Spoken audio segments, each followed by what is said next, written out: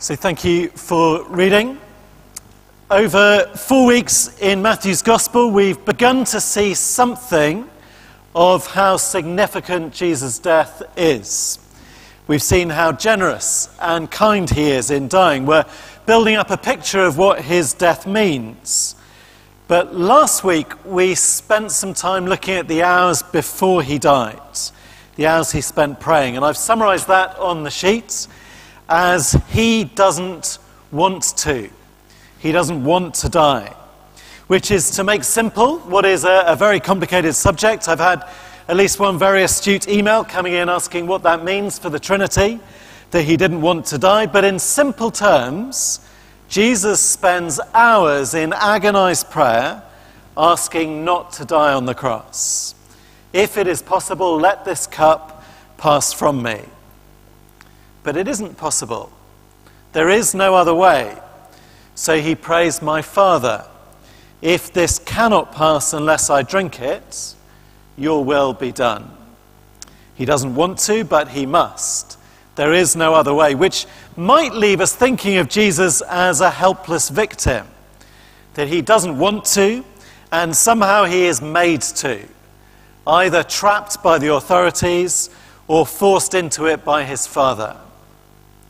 So this week, Matthew stresses that he doesn't have to. He doesn't have to. Jesus could end this experience at any moment. In fact, he must have spent the whole period, the whole 24 hours around his death, concentrating furiously on staying in the suffering, staying in the cross. Any lapse in attention, any very natural call for help, and he would have been rescued, and we would have been lost. So we're going to look at how Matthew proves that, and then we'll consider what that adds to the significance of the cross. So please open up again, page 1004, if you've closed it. And we finished at a dramatic moment last week, just back a page on verse 46.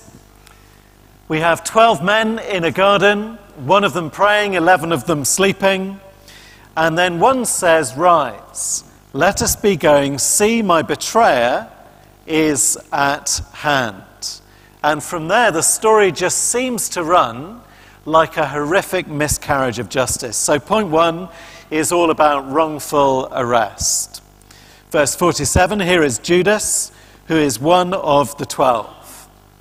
He's a chosen disciple of Jesus, a preacher of the gospel, a healer of the sick, trained by Jesus, trusted friend to all of the other 12. But with him is a mob, a great crowd with swords and clubs. From the people who hate Jesus most, Matthew has shown us their hatred is cowardly and envious and unchanging. And they had a problem. They were scared of Jesus. They didn't want to arrest him where it could be seen. But now their paid mob is in a garden at night, away from the city. And Jesus is completely at their mercy, they think. But night ops are tricky. But Judas knows all about prior planning and preparation. So he says, "I will give you a sign." Verse 48. And verse 49, the camera slows as the friend, the betrayer, walks to Jesus at once. And he said, "Greetings, Rabbi." And what tone of voice do you think there should be when he says that? Is he regretful? Is he trying to blame Jesus, make it his fault? Is he just focused on his 30 pieces of silver? Is he just closing a successful deal? "Greetings, Rabbi." And he kissed him. What a signal to arrange. It's probably the very normal greeting between Jesus and his disciples. It's not very English, though I imagine there are people here from cultures where this is as normal for you as it was for them. But everything a kiss says about closeness and trust and affection is completely at odds with what Judas is doing. The word for kiss in verse 48 is simply the normal word for love. It's context that tells our translators to write kiss. But any reader in Greek sees the one I love is the man, sees him. And the word in verse 49 is similar but intensified. Greetings, Rabbi. And he kissed him tenderly, it should say, really. And 2 weeks ago, I asked us to begin thinking about betrayal. What is it so significant? Why is it so significant that Jesus is betrayed, not merely arrested? And several people have come up with ideas, and we'll bring them all out next month when we finish with Judas. But the focus here just seems to be on the degrading horror of betrayal. Jesus faces the very lowest of human experiences. We all know, don't we, that the pain of a broken promise is bad enough. The weakness of those close to us can hurt, even when it's not deliberate. But betrayal to enemies, to suffering and death for a few coins. And the camera lingers long enough on the kiss for us to see something of the ugliness and the horror. But the story can't pause forever. Jesus doesn't run, so they came and laid hands on Jesus and seized him. And the way it's told, it sounds like quite a lot of them got involved. A sword, a club, sword in one hand, Jesus in the other hand, a great crowd at night time. Get him. And in the confusion, we get the best disciples' finest hour. He slashes out with a sword. John's Gospel feels free to name him. Peter here is making good his boast, I will die for you, with you. So I don't think it really changes the picture we had of the disciples from last week. When Jesus really needed friends to pray with him, Peter couldn't defeat sleep. And now that there is an armed mob, Peter somehow thinks he can defeat the whole mob on his own, and he only manages to defeat an ear. I think we're to imagine some kind of wild swing, and then whatever squishy noise it is that an ear makes when it comes loose, and then Peter sort of staring horrified at what he's done. Jesus has no intention of going down fighting. Jesus' silence and his acceptance is as much part of this as the betrayal and the death. So Peter is told to put his sword away. And verse 52 is a proverb that's been used for lots of different causes. All who take the sword will perish by the sword. At least here it means to say, Peter, this is not for you. This is the final refusal of Jesus to be a political Messiah. He hasn't come with a band of armed rebels. Swords will not bring the kind of kingdom that Jesus wants. Swords, Peter, they will only get you killed. And perhaps there's a sense that the next ear he cuts off might be his own. Maybe, fishermen swinging swords wildly in the dark is not a good idea. And the story moves from there and gets lower and lower, as it will for us here for many weeks yet to come. We open this morning with a man with disciples praying in a garden. Then one of those disciples is a betrayer, and then he's arrested like the worst kind of bandit. Day after day I sat in the temple teaching, and you did not seize me. And by the end, verse 56, the man with 12 friends, the man with 11 real friends, is now completely alone. Then all the disciples left him and fled. It's as if that wild swing at a servant's ear was the very last bit of courage they had left. It underlines, I think, the fact they can run away. It underlines how easy it would have been for Jesus to try that as well. Just a wild rush into the night, hiding behind the trees, trying to get to the mountains or back into the city. They get clean away with their lives, but without their master, and he is alone. And everything about this is horrible and wrong. In a human story, this would be the point of despair. And in many churches, this is the point where you lay on the pity. Films of Jesus, they focus on how sad he is and how sad we should feel for him. But Matthew focuses our attention somewhere else. Jesus, he is where he did not want to be, but nor does he have to be there. He is where he chose to be. So point 1 was wrongful arrest. Point 2, wrongful arrest when he doesn't have to. And we see that because, A, he chooses this. That's Matthew's emphasis here. It's been building through the whole gospel. He has made a deliberate choice to be here. I think even just verse 56 in our passage last week would prove that. Running away from this garden at any point in the last 6 hours would have been perfectly possible. They're outside the city walls. The arrest party is so far away that the disciples, they have time to fall asleep 3 times before they arrive. Jesus knows exactly where Judas has gone. He knows when he's going to arrive. All Jesus has to do is melt quietly into the darkness. But then in our passage, look at verse 50, his reaction to the kiss. It's another verse, I guess, that Sue thought about for a long time, how to read that.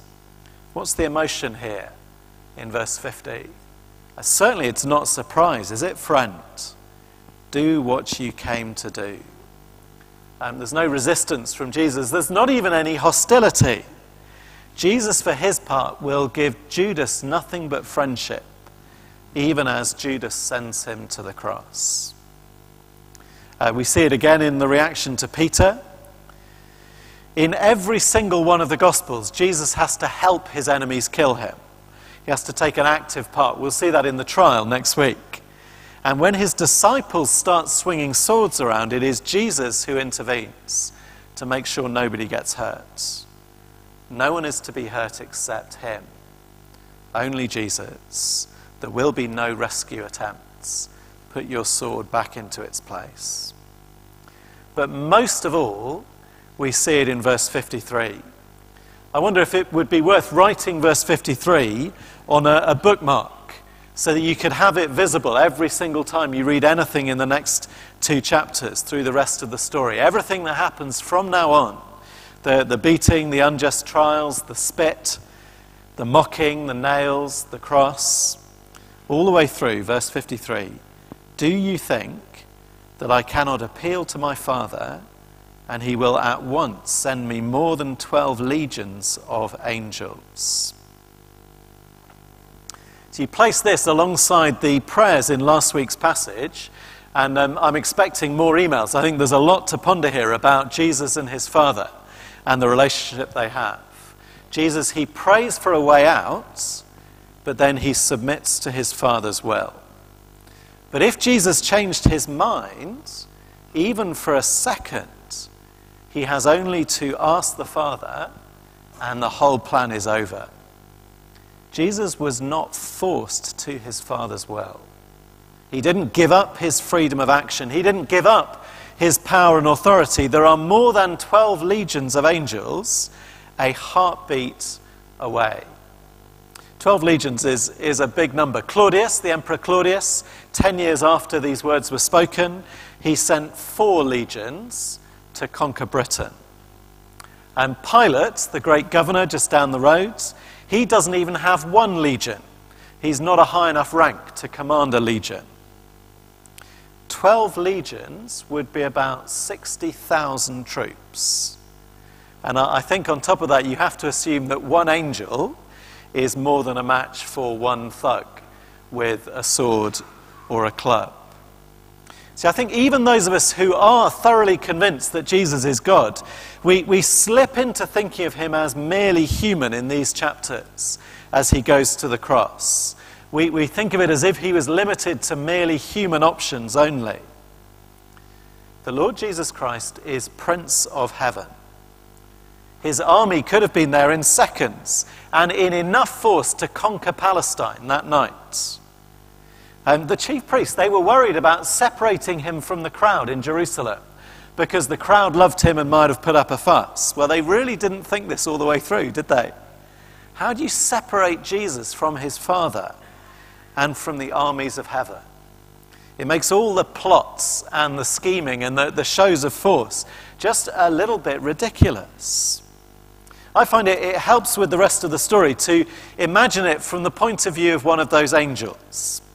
So imagine yourself into the barrack room of heaven. I don't know what angel squaddies are like, but imagine some sort of tough colour sergeant. He is senior in just one of the 12 legions who were on duty, on standby that night. He is a spirit being. He's a messenger of God. He has the wings to be anywhere that he wants and a sword that can blaze with fire. And his loyalty is utterly bound up with the man in the garden below. And there is this tiny mob. Only half of them have swords. The rest of them just have sticks. And they think they have captured the Son of God. How does the squaddy sergeant feel as Jesus is beaten and whipped? As a group of Roman soldiers carry him into their barracks and make fun of him on the parade grounds as they lead him away to kill him. How eager are 60,000 angels to intervene? How closely do you think they're paying attention? And all Jesus has to do is ask. The contrast with Peter, again, is very revealing. The best disciple, the one who claimed the most, he can manage to draw his sword and swing it in the dark. And that is more bravery than anybody else managed. But that is Peter's last reserve of courage. And it reveals the enormous depth of Jesus' courage. See, the kind of hot, wild swing, a sort of hasty decision and then let's see where the chips fall, that's one kind of courage. But Jesus sets himself second by second by second not to call for help. As the most evil act in the universe is perpetrated on him, as he goes through the most undeserved agony, again and again and again, I won't ask for help, I won't. I've chosen to be here. I wonder, what are you like with pain? What are you like with fear? What are you like with injustice? I wonder at what point in this story would we all have called for help? Jesus chooses this.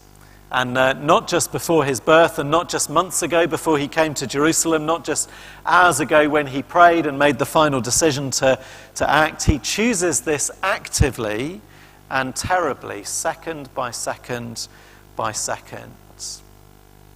Though if I can come to my second bit of evidence, Matthew also does want us thinking on a wider timescale. Jesus doesn't have to. We see that because he chooses it. We also see it because he planned it so carefully and so thoroughly. So here is a theme that has run through chapter 26 and reaches something of a climax here. Everything that happens here is following a script that was written hundreds of years beforehand. Look at verse 53 again.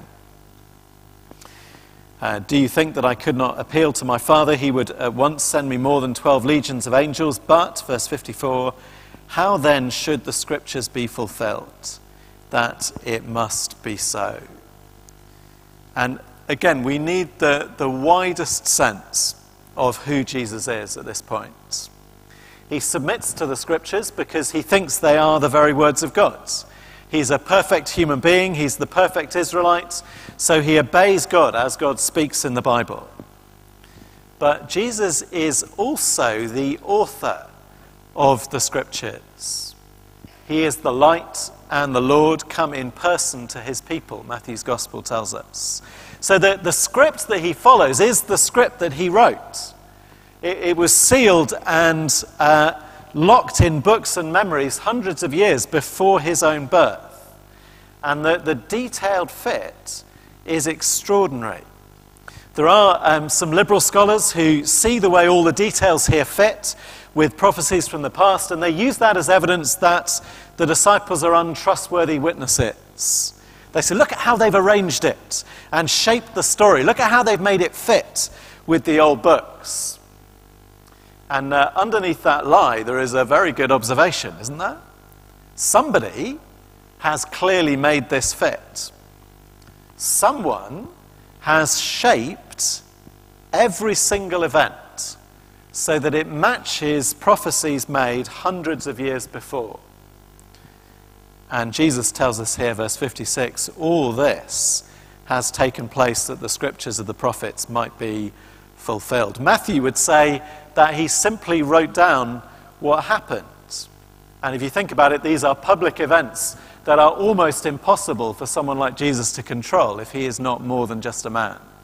Your own public execution, controlled in every detail, publicly witnessed, and then written down within the lifetime of those who saw it. This story was shaped and fixed in ways that only God could possibly have arranged. And I've put on the handout the times we're explicitly told this is happening in the chapter. So verse 24, the betrayal is prophesied. Imagine trying to arrange that. One of the close inner circle will turn on you. Written down in books that Judas had known all his life before he even met Jesus.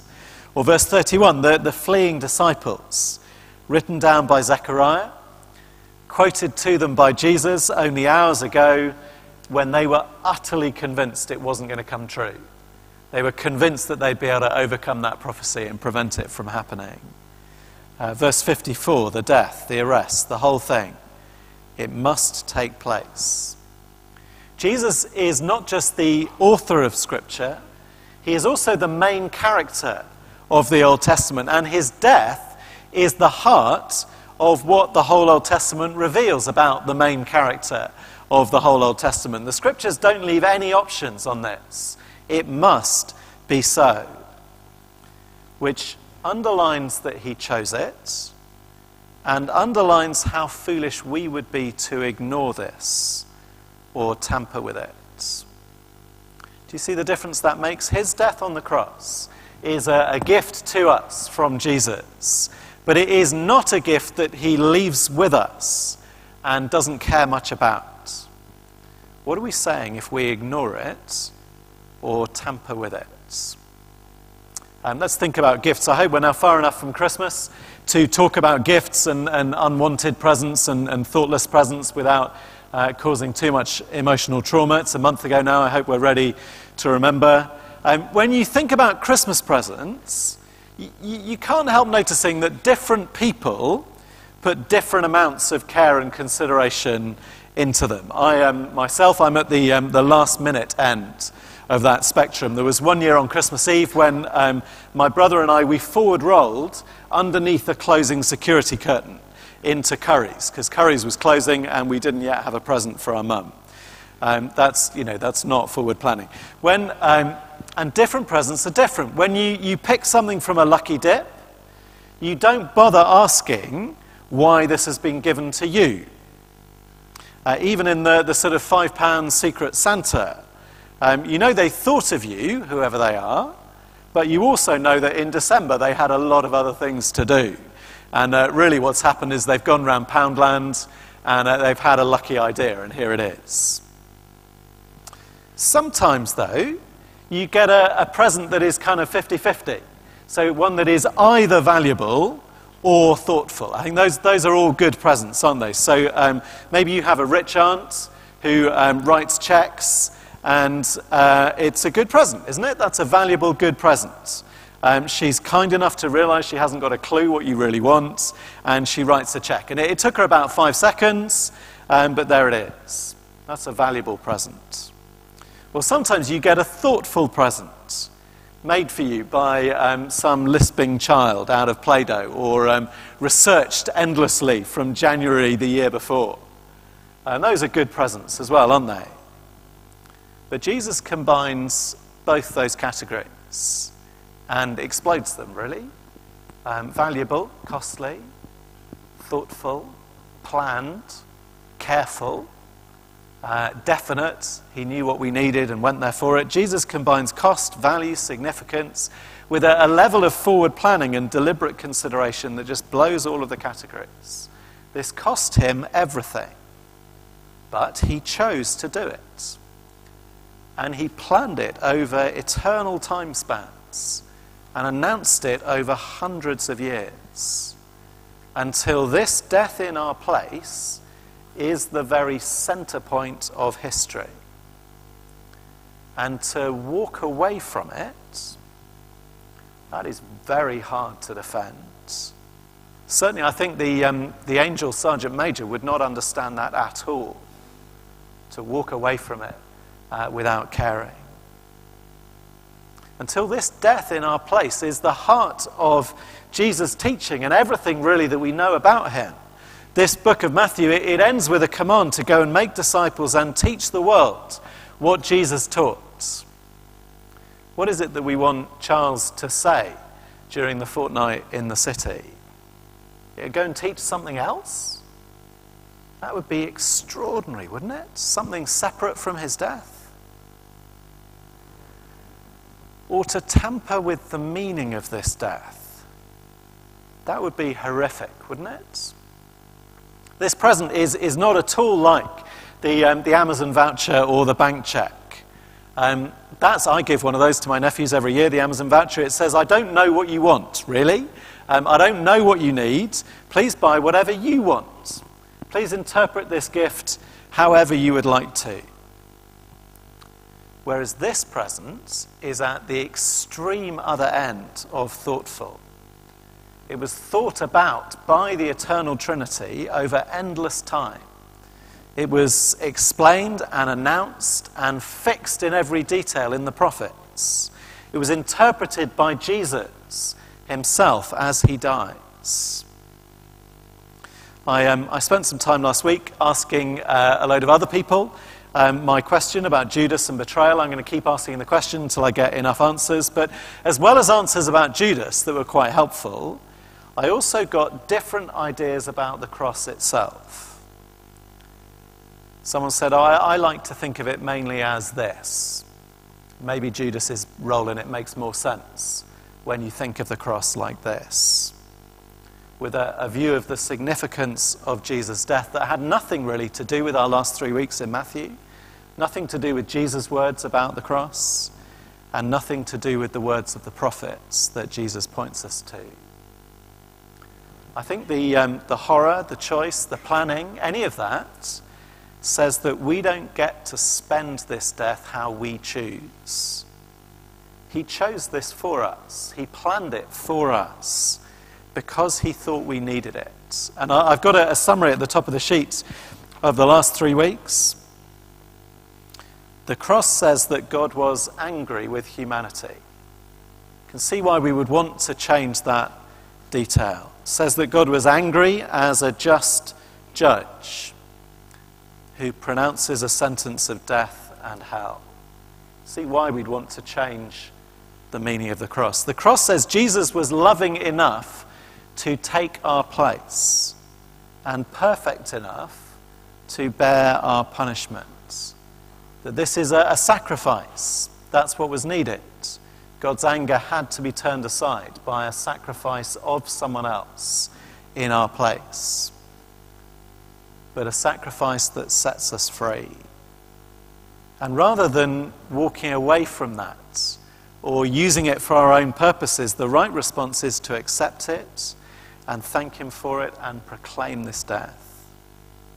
And what I want to do just in the last few minutes is look at 2 details from the Old Testament. We've talked mainly so far about the fact of Old Testament prediction, the fact that he planned it.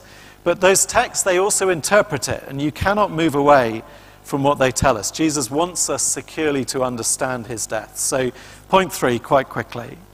He dies for the sake of his sheep. And the 2 references on the sheet, they're both explaining what happens in our verses this week. Why we go from 12 people to 1 man on his own, betrayed and abandoned. Psalm 41 was read to us by Theo. It's not explicitly quoted in Matthew, but Jesus, he must have had it in mind at the meal 2 weeks ago. He said, "He who has dipped his hand in the dish will betray me." And Psalm 41 says, "Even my close friend, whom I trusted, who ate my bread, has lifted his heel against me." And the psalm is a psalm of David. It is, in fact, the last psalm in book 1 of the Psalms. a book all about King David. It is one of a whole series of Psalms and Old Testament narratives all about the kind of king that Israel needs, the kind of king that David was. David is a big success. He's a king who wins, but he's a king who comes to victory and rule through huge hardship. Saul hunted him to kill him. His own son betrayed him and did the same. David was driven out and into danger, and then he was brought through it to be the great shepherd king. So Psalm 41 says that Judas is an example of deepest betrayal that proves that Jesus is the king we really need. He's the king who will trust God through betrayal and see triumph at the end. Then the second reference was quoted last week to the disciples in 26 verse 31. You will all fall away, for it is written, I will strike the shepherd and the sheep of the flock will be scattered. And that's from Zechariah 13. Zechariah is a book that is very much in Matthew's mind. 7 days ago in Jesus' storyline, Zechariah 9 meant that Jesus got on a donkey to ride into Jerusalem to say this is the promised king. And that chapter, Zechariah 9, that is the only other reference in the Bible to the blood of the covenant. We went to Exodus 2 weeks ago. Here's the only other one. There'll be a king who will rule from sea to sea with a people set free by the blood of my covenant. And in Zechariah 9, you don't get it. How can a king have some blood? What's going on? Those must be two separate things. But chapter 11 we'll come to in a few weeks here, because it's all about 30 pieces of silver. And then chapter 12 says Jerusalem will look on one they have pierced, who, as they pierce him, pours out grace and mercy, a fountain to cleanse people from sin. And then in chapter 13, the shepherd is struck. It means death for the king who arrives on the donkey. And the consequence for the sheep, if you kill a shepherd, the sheep are going to run away. And in Zechariah, the outcome of all of that is purification. He says 2/3 will be cut off and 1/3 will be left. And that 1/3 will be placed in the fire and tested until they call on my name. And I will answer them and say, they are my people, and they will say, the Lord is my God. Which is what is about to happen in Jerusalem and goes on happening as the disciples tell people the gospel later. The city of Jerusalem that claimed to love Jesus and love his teaching is about to be scattered. The 11 even are scattered and leave him alone. But there is nothing to fear for Jesus' plan. And they will be tested by this. And any who trust him, they will be his people. All of this has positive outcome, despite horrific suffering on the way. Suffering for Jesus and even suffering for his followers. Because this gift, taken as intended, is a wonderful, wonderful hope. The anger of God is taken away and a kingdom is established with new David at its head, and it will be full of people, forgiven people in a new kingdom. Jesus chose this. Jesus planned this. He had no doubts about his death, about its rightness and its necessity. So we shouldn't mess with it or change it. Let's pray that we too will have Jesus' confidence in his own death.